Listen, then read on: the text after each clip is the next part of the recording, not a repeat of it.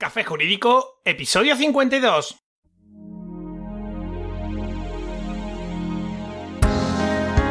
Muy buenas tardes, mi nombre es Juanma Delgado y esto es Café Jurídico, el podcast, el espacio de divulgación jurídica donde en el tiempo que dura un café abordaremos novedades legislativas, interpretaciones de doctrina y jurisprudencia sobre distintas temáticas, aprenderemos a manejar herramientas para la eficacia y la productividad profesional y en definitiva nos acercaremos de una forma amena y distendida al sector jurídico.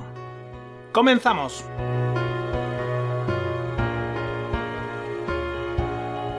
El problema de la ocupación ilegal de inmuebles actualmente afecta a la ciudadanía y es raro el día que no se encuentra una noticia al respecto en algún medio de comunicación.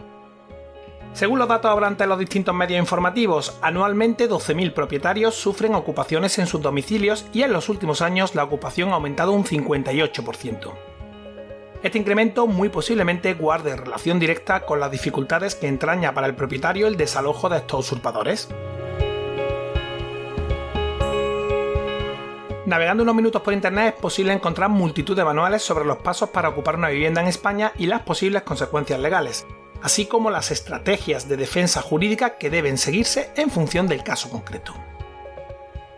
Es un hecho que este tema produce alarma, sensación de inseguridad jurídica y un desconcierto a nivel general, y sobre todo en los propietarios afectados por el problema, que ven sus derechos perturbados y cómo la justicia aborda la situación sin dar respuesta rápida y efectiva a sus necesidades, en muchos casos teniendo que enfrentarse a un delito de coacciones por intentar recuperar su propia vivienda. El problema de la ocupación no solo afecta a los titulares legítimos de los inmuebles, que se ven en la tesitura de tener que afrontar los gastos de su propiedad sin poder hacer uso efectivo de la misma. La ocupación de viviendas también afecta y muy negativamente a los propietarios de las viviendas contiguas, que frecuentemente tienen que ver cómo se degrada la zona ante determinadas conductas de estos ocupas, como pueden ser el enganche de luz, agua y otros suministros, la causación de daños y en muchas ocasiones comportamientos claramente incívicos.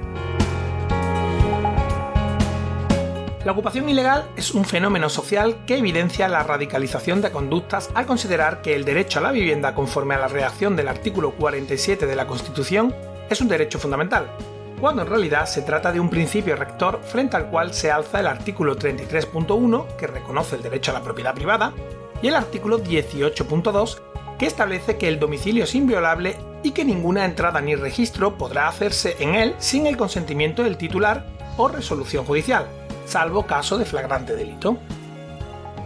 La problemática en la actualidad sigue sobre la mesa, y la opinión de las 5 fuerzas parlamentarias con mayor representación en el Congreso, PSOE, Partido Popular, Vox, Unidas Podemos y Ciudadanos, sigue a día de hoy siendo muy diferente.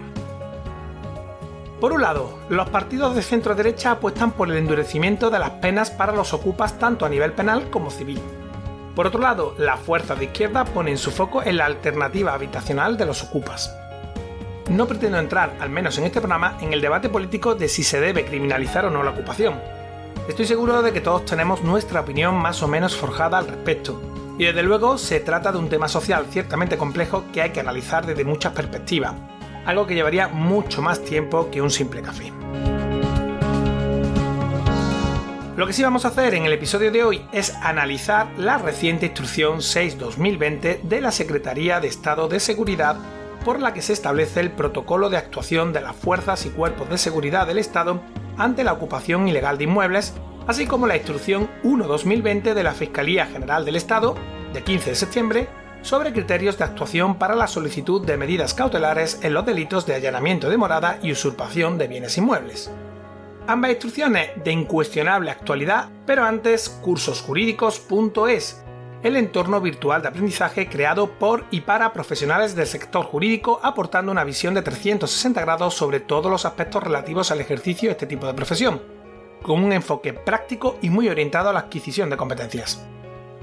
Hoy llegamos al cuarto módulo del curso de pericial caligráfica y en él abordaremos las herramientas necesarias en la labor del perito calígrafo, desde aquellos instrumentos tradicionales ya en desuso hasta los dispositivos digitales más avanzados cuya utilización se ha ido imponiendo en los últimos años para hacer frente a las cada vez más sofisticadas técnicas de falsificación documental. Y es que hoy en día es imprescindible tener un dominio completo de las tecnologías aplicables al análisis grafotécnico para poder desempeñar esta profesión con las mayores garantías técnicas y jurídicas. No te lo pierdas, Lo mejor de todo es que por ser oyente de Café Jurídico puedes hacer este curso completamente gratis dándote de alta en el portal cursosjurídicos.es y suscribiéndote al plan mensual con el código Café Jurídico, todo junto y en mayúsculas, con lo que podrás realizar el curso sin pagar absolutamente nada. Y ahora que ya sabes cómo puedes hacer el curso gratis, continúo con el tema que nos ocupa. La Instrucción 6/2020 de la Secretaría de Estado de Seguridad por la que se establece el protocolo de actuación de las Fuerzas y Cuerpos de Seguridad del Estado ante la ocupación ilegal de inmuebles fue firmada el pasado jueves 17 de septiembre por el Secretario de Estado de Seguridad, Rafael Pérez, y ha sido remitida a las Direcciones Generales de la Policía Nacional y de la Guardia Civil para su traslado a los distintos agentes. Esta instrucción pretende unificar los criterios frente a la ocupación para que los atestados policiales faciliten el desalojo inmediato y la detención sin necesidad de solicitar medidas judiciales en caso de delito flagrante. Así, a través de la misma, los agentes deberán dejar constancia de puertas y ventanas forzadas, de la existencia de posibles coacciones al propietario y vecinos, o de enganches para el consumo irregular de luz y agua. La instrucción tiene a su vez en cuenta los criterios establecidos por la Fiscalía General del Estado en su Instrucción 1/2020 de 15 de septiembre y los principios de subordinación y coordinación de las fuerzas y cuerpos de seguridad del Estado respecto de las directrices emanadas de las autoridades judiciales y del Ministerio Fiscal. El objetivo de esta instrucción de la Fiscalía General del Estado es que los fiscales refuercen su intervención en defensa de los derechos de las víctimas y los perjudicados por los delitos de ocupación, recurriendo con la mayor inmediatez a las herramientas legales disponibles, capaces de restablecer el legítimo derecho del denunciante y evitar la persistencia en el tiempo de la conducta delictiva en tanto se tramita el correspondiente procedimiento judicial. Antes de continuar, merece la pena aclarar que cuando hablamos de ocupación ilegal podemos estar ante dos tipos delictivos distintos en función de si el lugar ocupado constituye o no morada. Por un lado,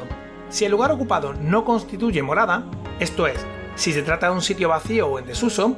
los hechos pueden ser un delito de usurpación pacífica de bienes inmuebles recogido en el artículo 245 del Código Penal. A saber, el que ocupare sin autorización debida un inmueble, vivienda o edificio ajenos que no constituyan morada o se mantuviera en ellos contra la voluntad de su titular, será castigado con la pena de multa de 3 a 6 meses. Si por el contrario el lugar ocupado sí afecta al inmueble, vivienda o edificio que sea primera o segunda residencia, podría constituir un allanamiento de morada subsumible en el tipo penal del artículo 202 del Código Penal,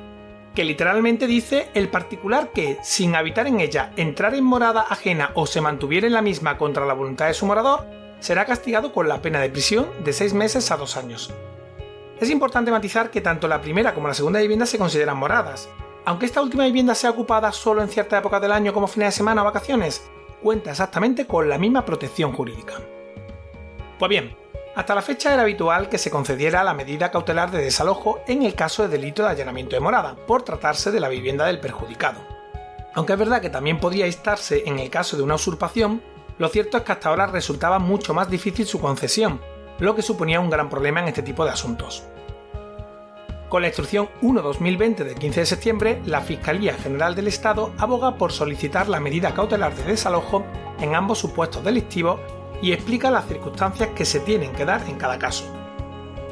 Según se establece la propia instrucción, los fiscales instarán al juez la adopción de la medida cautelar de desalojo cuando concurran las exigencias derivadas de los principios de apariencia de buen derecho y peligro de mora procesal, siempre que la medida cautelar se revele justificada tras efectuar el correspondiente juicio de ponderación. En el delito de allanamiento se solicitará la medida cautelar siempre que existan indicios sólidos de su comisión. La excepción se encuentra en los casos en los que la ilícita posesión del inmueble se venía desarrollando con la tolerancia del legítimo morador. En el caso del delito de usurpación, la medida cautelar se pedirá cuando el perjudicado sea una persona física, una persona jurídica de naturaleza pública o una entidad sin ánimo de lucro de utilidad pública, siempre que se constate que además de lesionar el derecho a poseer que se ostenta sobre un bien, pueda producir una quiebra de la tenencia material y concreta del bien. Al valorar la solicitud de la medida, en todos los supuestos la Fiscalía deberá tener en consideración no solo las víctimas o perjudicados por el delito, sino también a los vecinos y o colindantes a los que el delito pueda suponer un perjuicio directo en el pleno disfrute de sus derechos. De igual forma, cuando se observe una situación de especial vulnerabilidad en las personas que ocupen el inmueble en cuestión, se tendrá en cuenta esta circunstancia y se interesará simultáneamente que los hechos se pongan en conocimiento de los servicios sociales para que adopten con carácter necesariamente previo al desalojo las medidas oportunas para su protección, proveyendo en su caso las soluciones residenciales que procedan. En los casos en los que la medida cautelar no hubiera sido acordada con anterioridad o hubiera sido revocada,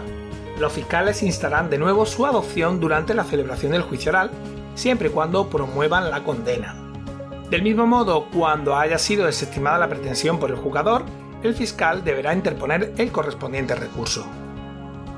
Dada la indudable trascendencia que reviste la medida cautelar de desalojo, su adopción aconseja que el investigado disponga de la posibilidad de ofrecer su versión de los hechos y aportar el título que considere pueda justificar su posesión del inmueble. Por ello, se instará a la fuerza actuante para que cumplimente la oportuna citación ante la autoridad judicial de los ilícitos ocupantes del inmueble, debiendo proceder de este modo en la primera actuación que se desarrolle, exhortando a los presuntos autores del delito a comparecer ante el juzgado de guardia con la máxima celeridad. No obstante, en los casos en los que el investigado desoiga la citación sin alegar causa justa, se deberá interesar la adopción de medidas cautelares inaudita parte. Eso sí, velando porque se confiera traslado de la petición al abogado defensor a fin de que pueda efectuar las alegaciones que estime oportunas en defensa de su patrocinado.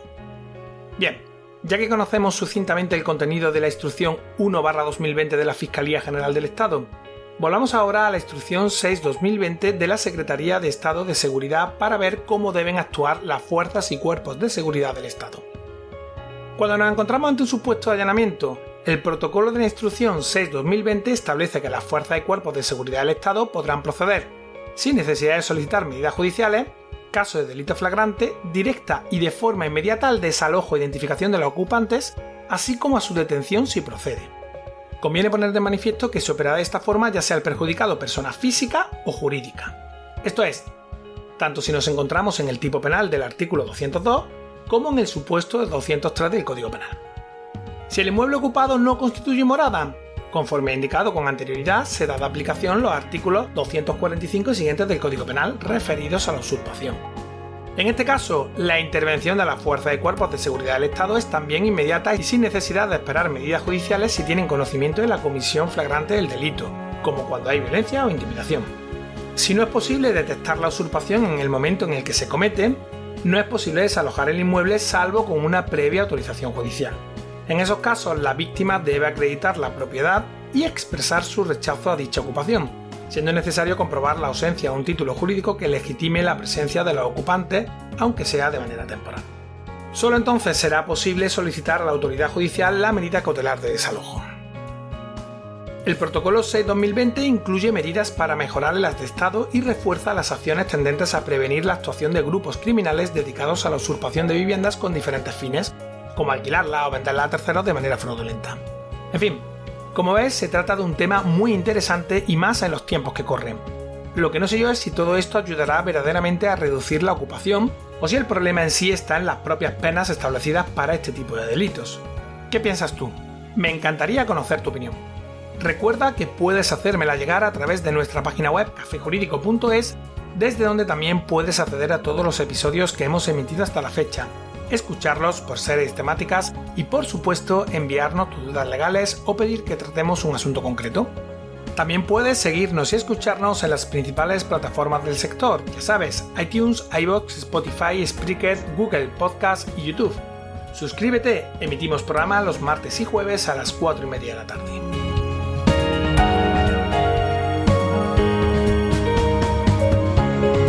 Como siempre, muchas gracias por tu tiempo, nos vemos el próximo martes, último programa del mes dedicado a preguntas y respuestas donde, un día más, acompañados de un café, nos acercaremos de una forma amena y distendida a las novedades y cuestiones del sector jurídico. Entre tanto, cuídate mucho y adiós.